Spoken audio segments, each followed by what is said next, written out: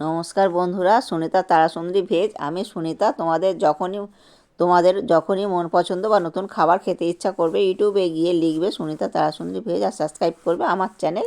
আমার সমস্ত রান্নার আপডেট পেতে বেল নোটিফিকেশনটা অন করে রাখবে বন্ধুরা। আর এখানে দেখো বন্ধুরা, আমি ফুলকপি রোস্ট করে দেখাচ্ছি। তো ফুলকপির রোস্ট রেসিপি সম্পূর্ণ নিরামিষ, রাজকীয় স্বাদের হবে। তো তোমরা বন্ধুরা প্রথম থেকে শেষ পর্যন্ত ভিডিওটা দেখতে থাকো, তাহলে বুঝতে পারবে আমি কিভাবে করছি। তো এইখানে ফুলকপিটা কিন্তু আমি দুবার তিনবার করে ধুয়ে নিচ্ছি। তো যেহেতু ফুলকপি বাজার থেকে নিয়ে আসা, আর ফুলকপির মধ্যে তো অনেক সময় পোকাও থেকে থাকে বা অনেক সময় ধুলো ময়লাও থাকে, তার জন্য কিন্তু ফুলকপিটা একটু ভালো করেই ধুয়ে নিতে হয় বন্ধুরা। আর ফুলকপি খেলে তো গ্যাস হয়, তো এটা তার জন্য আমি একটু ভাপিয়ে নেবো হালকা করে।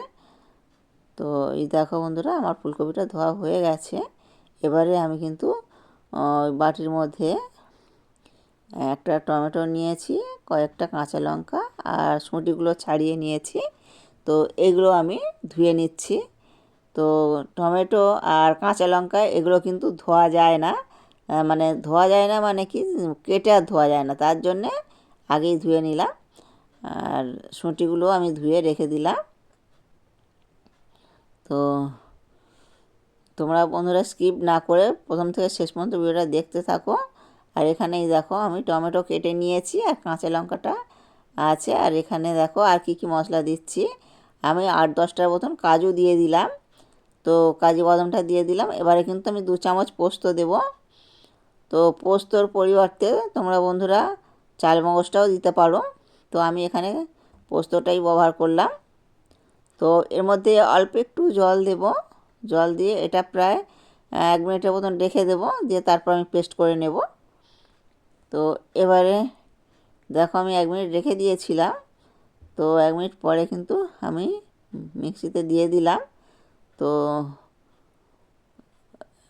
এই আর একটু জল দিয়ে দিলাম। তো এবারে আমি কিন্তু এটা পেস্ট করে রেখে দেব। আর এখানে ওভেনটা আমি জেলে দিলাম।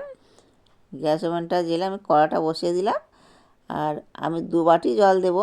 1 বাটি দিয়ে দিলাম, আরও 1 বাটি জল দিয়ে দেব। তো এর মধ্যে 1 চামচ লবণ দিয়ে দিলাম। লবণটা দিয়ে হালকা হাতে একটু নেড়ে চেড়ে নেব। এবারে আমি ফুলকপিটা দিয়ে দিচ্ছি। তো একবার ফুটে উঠলেই কিন্তু ফুলকপিটা আমি ঢেলে নেব, মানে জলটা কাটিয়ে নেব। তো একবার আমি ফুটতে দেব, যেহেতু ফুলকপিটা খেলে কিন্তু গ্যাস হয়। তো এই দেখো বন্ধুরা, একটু ফুটে গেছে। তো এবারে আমি একটা ছিদ্রযুক্ত গামলা নেব, এর মধ্যে ফুলকপিটা আমি ঢেলে দিলাম। তো দেখো এবার 1 চামচ সাদা তেল নিলাম আর ঘি আমি একটু দিয়ে দিলাম। তো হালকা হাতে একটু নেড়ে চেড়ে নেব।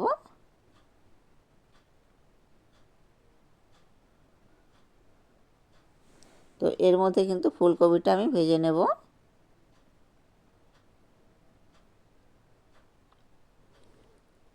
তো ফুলকপিটা যখন ভাজবো তখন কিন্তু লো ফ্লেমেই ভাজতে হবে।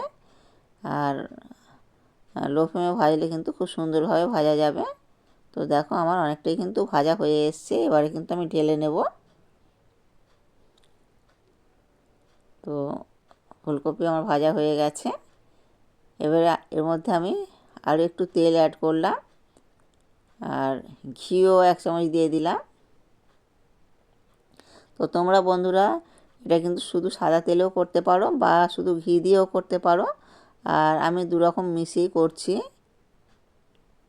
তবে একটু ঘি দিয়ে করলে বেশ সুন্দর খেতে লাগে, অসাধারণ স্বাদ হয় বটে। একটা তেজপাতা দিয়ে দিলাম, 2টো শুকনো লঙ্কা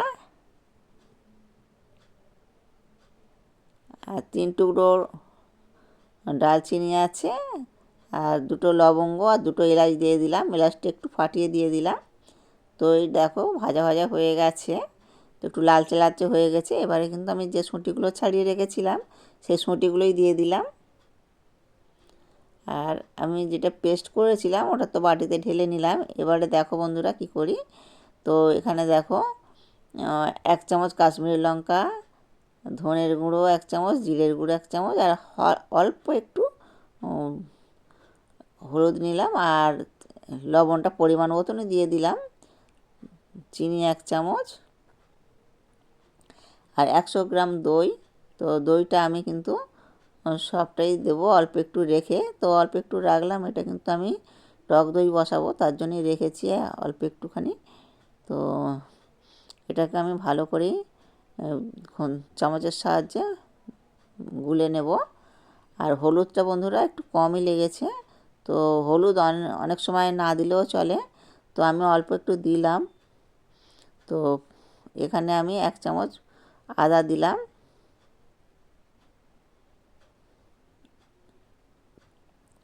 আদাটা দিয়ে একটু ভেজে নিলাম। কড়াই আর আদাটা কিন্তু একটু ভাজা ভাজা হয়ে গেছে।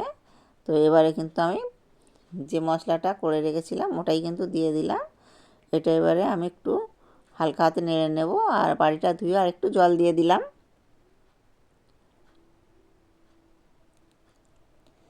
তো এটা আমি 5 মিনিটের মতন একটু কষিয়ে নেব। তো দেখো এর কালার অনেকটাই কিন্তু চেঞ্জ হয়ে গেছে বন্ধুরা।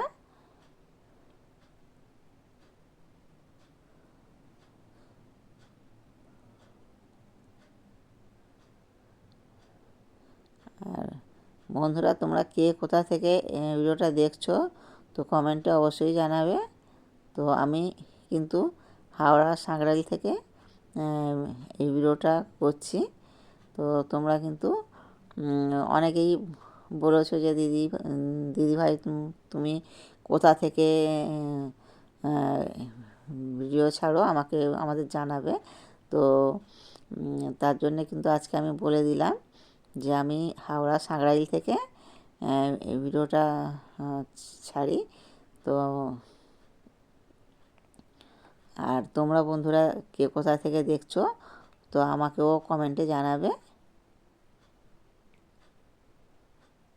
এই দেখো আমি ফুলকপিটা দিয়ে একটু ভালো করে কষিয়ে নিলাম।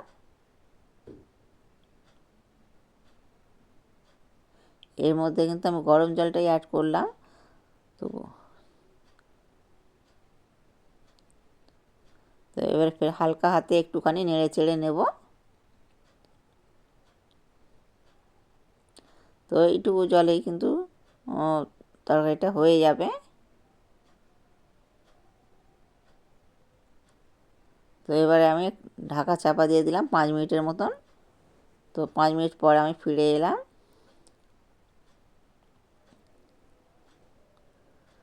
আর ধনে পাতাটা আমি উপর দিয়ে দিলাম, একটু হালকা হাতে নেড়ে চেড়ে নেব। ধনে পাতাটা দিলে কিন্তু অসাধারণ স্বাদ হবে। আর শুঁটি দিয়েছি, মানে মটরশুঁটি আর শুঁটি ধনে পাতা এগুলো দিলে ভীষণ সুন্দর একটা সেন্ট, মানে ধনে পাতার একটা দারুণ সেন্ট হয়। আর যদি তার সঙ্গে পড়ে শুঁটি, মানে মটরশুঁটি, তো খেতে অসাধারণ লাগবে। আর এই দেখো কি সুন্দরভাবে গলে গেছে, অথচ গোটা গোটা আছে। তো এবারে কিন্তু আমি গরম মশলা দিয়ে দেবো সবশেষে। তো এরকম যদি ফুলকপির তরকারি হয় ভাত, রুটি, লুচি, পরোটার সঙ্গে ভীষণ ভীষণ খেতে ভালো লাগবে বন্ধুরা। তো আর তরকারিটা দেখো আমি মানে ফুলকপি রোস্ট নামিয়ে নিলাম। বন্ধুরা ভালো থাকবে, ভিডিওটা এখানেই শেষ করছি।